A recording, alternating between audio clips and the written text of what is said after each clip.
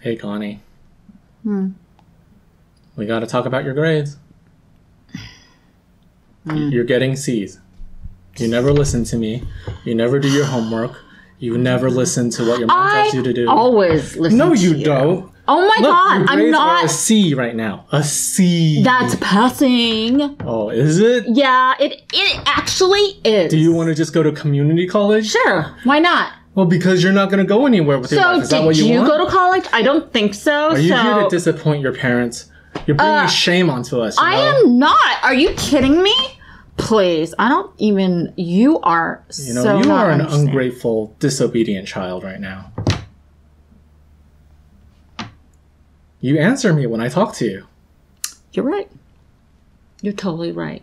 I'm so bad, and you're always right. So is that how you talk to your parents? You're not giving me respect, so I'm not going to give any to you. So, you're not my boss, Whatever. Sometimes I think we picked you out of a trash can. Well, if you pick me out of the trash can, guess who's trash dumping? Or trash whatever. Can't even make a metaphor correct. What's wrong with you? I don't know. Maybe I'm insane. Mm-hmm. My parents are. Okay, sure. Mm-hmm.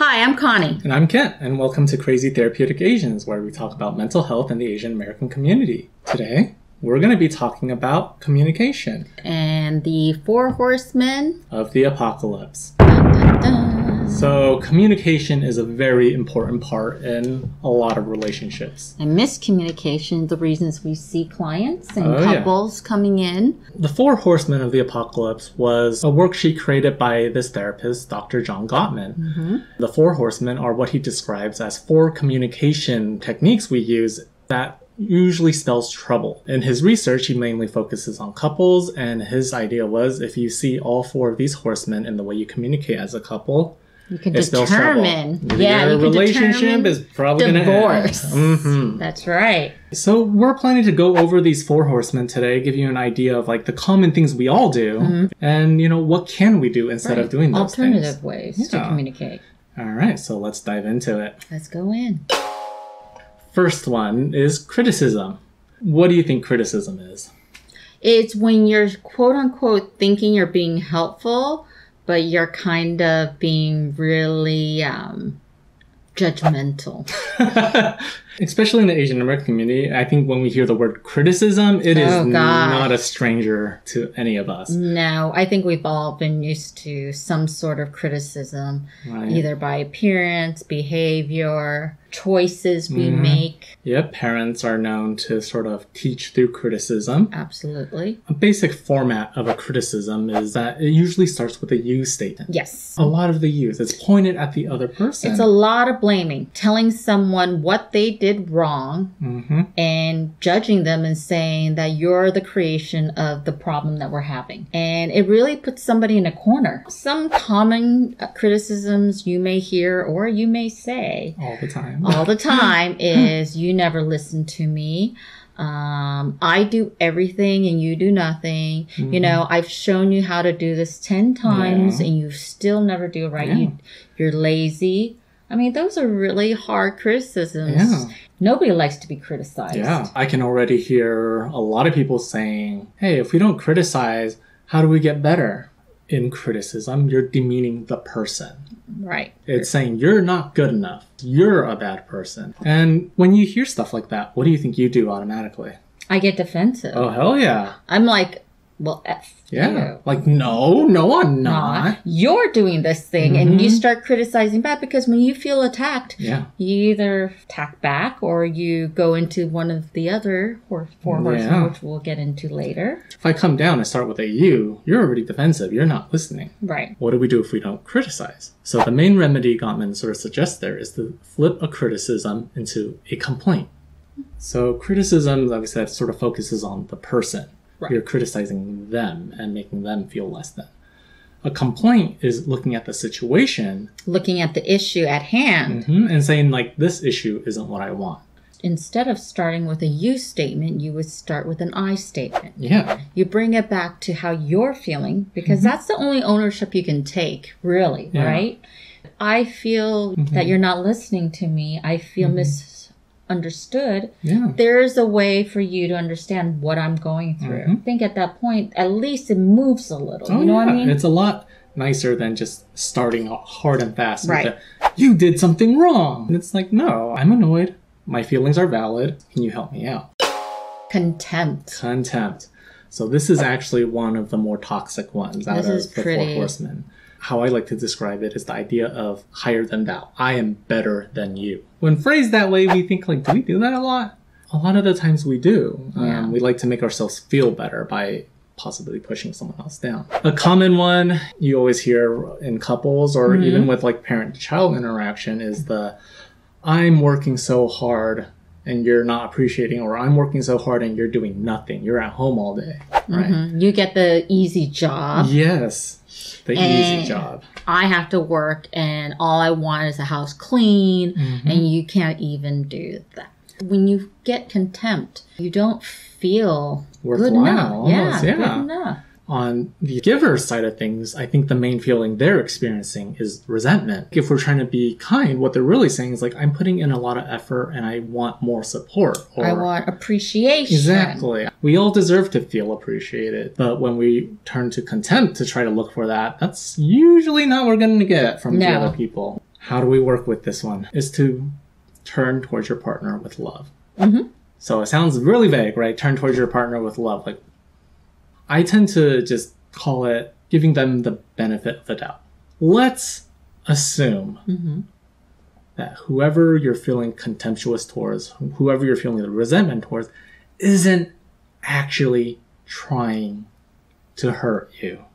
Which is most of the cases, right? If we had to look, and that's a really hard thing because we personalize things so easily. Parents with the grades, right? Like, I don't think most kids are purposely getting low grades to bring shame to the family. Like, no. That's our intention. So when we interpret our partner's action, our parents' actions, or our kids' actions as something they're purposely doing to deny us, to do us wrong, we're going to feel angry. And that's going to build into resentment. Why are you doing this to me? Right? And you're always doing this to me. Right? Instead of responding with contempt to someone, I have to recognize they aren't actually trying to hurt me, but they feel hurt. And why is that? If I'm giving them the benefit of the doubt, I'm turning towards them with love, and I assume that they have or want my best interest, why would they do this? It's really looking at something through a different perspective. Right. What do you want to get out of this situation? What do you want to share in the situation with the person you're talking to? Yeah. Usually you don't intend to speak with contempt. It usually comes from anger. It usually comes from some other emotion, and really kind of going, how are we going to solve this together? Yeah. Number 3. It's a very popular one called defensiveness. Yes. So when you're back to a corner or you're in an argument, often we put our walls up and start attacking back. You start becoming defensive. You start feeling like, well, if you're going to attack me, I'm going to fight back. Yeah, I'm going to protect myself, or I'm going to strike back. Yep. And I'm not going to listen to you, and I'm going to say, nope, I don't do that. Yeah. You are wrong. People want to protect their sense or their view of themselves, right? Correct. Like, you don't want to look dumb. You don't want to look like you don't know what you're doing. Some of us don't want to look silly. When we hear things that go against that, then we're like, oh shit, no. I am those things, and I'm going to show you, right? It's a very self-protective thing. That makes sense. Absolutely. You know, you need to defend yourself, but in relationships, it's not where we want to be. We want to find a solution with each other, interacting, right? Yeah. And when you're defensive, it closes that line of communication off, right? That. I think a lot of people tend to confuse defensive-ness for standing up for themselves. Right. Oh, right? Absolutely. That is a very different thing. Right. When you're standing up for yourself, you're what we call like reinforcing your boundaries. You're letting people know what you need, right? And I think with defensiveness, a lot of times, I'm not going to listen to you. Nope. I am not, because you are wrong. And that's before you even know what they said. Nobody's listening. Yes. I'm ready to defend myself. I don't care what you just said. Yeah.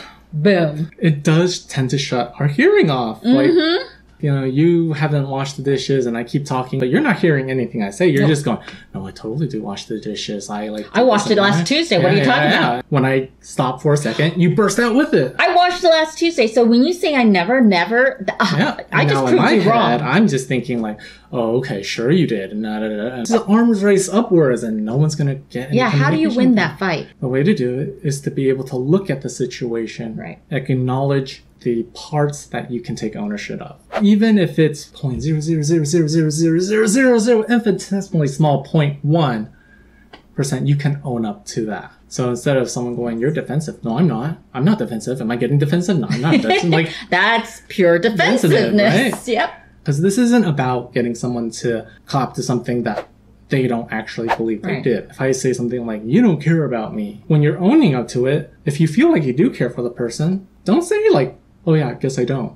Right? That's not actually helpful. It's another form of defensiveness where you're just owning it so you don't have to talk about it. So how do we own up to something like that? You validate the person. I feel like I'm caring, but whatever I'm doing isn't being interpreted as caring by them. Like, I'm sorry, what I'm doing makes you feel like I don't care. Mm-hmm. Saying back to them that you hear what they're saying really tells them they're being heard. So when we get defensive, we basically negate everything that person says to defend ourselves. Mm-hmm. Just by saying that you acknowledge what they're saying, I think it lessens it a little bit. It lessens defense a little bit, right? You feel heard. You're like, okay, they're at least listening, because we don't feel like we're being listened to many times. Number 4. Oh, it's a popular one. And I want to say it's really popular among the Asian American community. Oh, yeah. We are not very much, or I don't express my emotions very easily. There's a sense not very vocal about it. Not vocal about it when there is an argument or a miscommunication. We would stonewall. We pretend like we didn't hear it and walk out. Right. Or completely shut down. A bit of this is often gendered in the way it presents. Stereotypically, we hear like, oh, women like giving the silent treatment. That's right. But it's like, no, men stonewall too. It comes in the form of, oh, can't take it. I'm out of here. I'm going for a walk. Or, okay, you're right. Okay, you're right. You're right. And it makes the other person, it's like when one person wants to get into the fight, and it's not even the fight, wants to get into the conversation, the other person is like, you're going to have a conversation by yourself. I'm not even going to be involved. I'm not even going to listen. You're not valid enough for me to waste my time to hear. It's actually one of the worst ones, I want to say, because there's no engagement at all. And you just feel so lonely. It feels really bad. Why do we stonewall? Why do we do that? Oftentimes, it comes down to the feeling of like, I can't handle this right now. This is too much information. I don't want to hear. I'm not ready to hear. And so we try to protect ourselves by disengaging, by shutting down, putting up boundaries, literally walking out. Like your emotions are so overwhelming. Yeah. You don't know what to do. You don't know how to reply. So what you do is you're like, okay. Whatever. And it sounds like you're dismissing. Yeah. But inside, internally, you're going all over the place. Right. But the other person doesn't feel that. Yeah. The other person has no clue. 2 people are getting in an argument. They're yelling. No one's listening. Maybe it's better to not argue and walk out, right? Well, yes and no. What actually often happens is they'll come back and things will be okay. Right. They've let their feelings go, whatever, and they just carry on, right? But the main thing is the original issue was never addressed. That's right. You guys just put a delay timer on it. You hit the snooze button on it. And then you hold, what do you hold? Contempt, right? Resentment. Like resentment. The remedy to sort of stonewalling is emotional distance. Many times what I do with my couples is, maybe one person needs a timeout. And that's, I think you respect that, because in order to communicate, if that person isn't ready to talk then and needs a timeout, then that person needs a timeout. But 2 things I always tell my couples. I say one thing is have a word. If you can't say, you feel too vulnerable in this place to say, I need a timeout, just say something. Code red. Or a code blue. And the other person knows. Then, so you don't leave the other person hanging, state when you're going to come back. Yes. State when this conversation will begin again because nobody likes being in limbo. No. But we say, okay, we're going to come back in an hour, in 10 minutes, whatever. What changes it from stonewalling to emotional distance is what you were saying, setting the time. Setting the limits. Making sure that you're going to come back and this will be talked about again. Maybe not resolved, but you will talk about it. So I'm going to ask you this question. So some people say, I like to resolve it right then and there, you know, and for me, if that person's going off and, you know, doing the way they're processing, I can't sleep at night. I mean, tomorrow, 2:30, that means I get a whole night of feeling just anxious. So what do we do for those situations? Right. So in that situation, you got to make sure you can get yourself into enough of a place to have that conversation before you guys break. Turn to them with love, right? Like, okay, they're asking it earlier than I want. I know that they know I need more time. So if they're really asking for it now, there's got to be something going on there, right? There's something they need. Yes. So benefit of the doubt. Yes. Really believe that they have your relationship's best interest in mind. Right. Absolutely. Right? Always easier when you're doing it with a partner who sort of knows these rules and can follow them as well. You may feel like, I am using these techniques, they're not. Right. And what is that? That's contempt, criticism. You're never using these techniques. I'm better. Yeah, I'm better than you. Right. I'm not going to talk to you because you won't listen and use these rules, right? So it's very easy to fall into that. When I present these sort of horsemen to clients, I really try to let them know this is not for you to use as a score sheet against your partner. This is for self-reflection. Right. Am I criticizing? Am I being contemptuous? Am I being defensive? Am I stonewalling? That's right. It's not about relying on the other person to meet your needs. It's about you saying, I'm going to behave in the way I can be proud of. Right. When you're in a relationship where you know your part in it, you can see where it needs to mend. And sometimes it does, sometimes it doesn't. But at least you know you're doing your part. For self-care this week, I want to bring up a very kind of simple one. Okay. It's basically called being spontaneous. So what does that mean? Right. So I'm not saying like go out and buy a car. In our normal daily lives, we tend to fall into a sort of routine, right? Yes. It keeps us sane. It keeps us, doing structure. what we need to do. And structure is good. It's not a bad thing. Right. But every once in a while, to be able to loosen your boundaries, to loosen your expectations of people in the world, and just to do something on a whim is kind of a great thing to do, right? About being in the moment. We're always in the future or always in the past. And part of self-care is just being present. It is actually not as hard as people think to do small, spontaneous things every day. Most of us take showers. Most of us. A lot of us, I will say, we have a routine. Could be as simple as like shampoo, conditioner, body wash. How do you know? Right? That's exactly. And we do it without thinking. Yeah. But if you brought it into the moment, and let's break one of those rules. Today, I'm going to go in the shower and I'm not going to do shampoo first. I'm going to do body wash first. And a lot of the times, like, we think we have a real reason for this. Like, well, if I do my body wash now and then I wash my hair, all the dirt in my hair will go onto my body and my body's dirty again. Like, really? Being spontaneous really helps you kind of jolt the system a little bit. Gives you a little bit of, grounding. Like, I'm here. I'm going to do something different for me. Small little things. Small little things to change the paradigm. Yeah. Salt and pepper, screw it. Pepper and salt. What? Yeah. Okay, don't be ridiculous. Try something out of the ordinary. Be extraordinary and do something spontaneous. What? Well, thanks for joining us this week in our discussion on the 4 Horsemen of the Apocalypse. Yes. Gottman. Thank you so much. It was fun talking about them, actually, because it's a good reminder for me, honestly. I mean, again, we all engage in these crappy communication styles, and we all have tidbits of it, but the main thing to look for is that you're not consistently using all 4 in your relationships, whether it be a romantic or parental relationship all at once. You can find us at Crazy Therapeutic on Facebook and Instagram. If you want to find more about me, you can find me at therapeutichealingpractices.com. And if you want to hear more about me, you can go to healinggenerationscounseling.com. Catch you next time. Now, what do you think of my cactus sweatshirt? Cactus sweatshirt is awesome. Oh, thank you. Kind of reminds me of the Google Chrome thing when it doesn't have internet connection. You have that little dinosaur. Yes, and then you can play the game. Yeah, exactly. Cool. Thank you. Anyways. Okay. Sorry. Ken, I'm just gonna say, you're fucking bossy. What are you talking? I'm not bossy. I'm Yeah, like the you are. chillest guy ever. No, you are so bossy. I think you need to take a look in the mirror. Like, how am I bossy? Huh? Because I'm doing all the editing, I'm doing all the thinking, I'm doing all of that, and you're doing all nothing. the thinking? You just show up here and we record, and that's it. You are that's all you do. absolutely wrong. Because Am I? you do not listen to me. Oh, sure. You're the one who doesn't listen. You're the one who always just comes in here and go, what are we talking about? I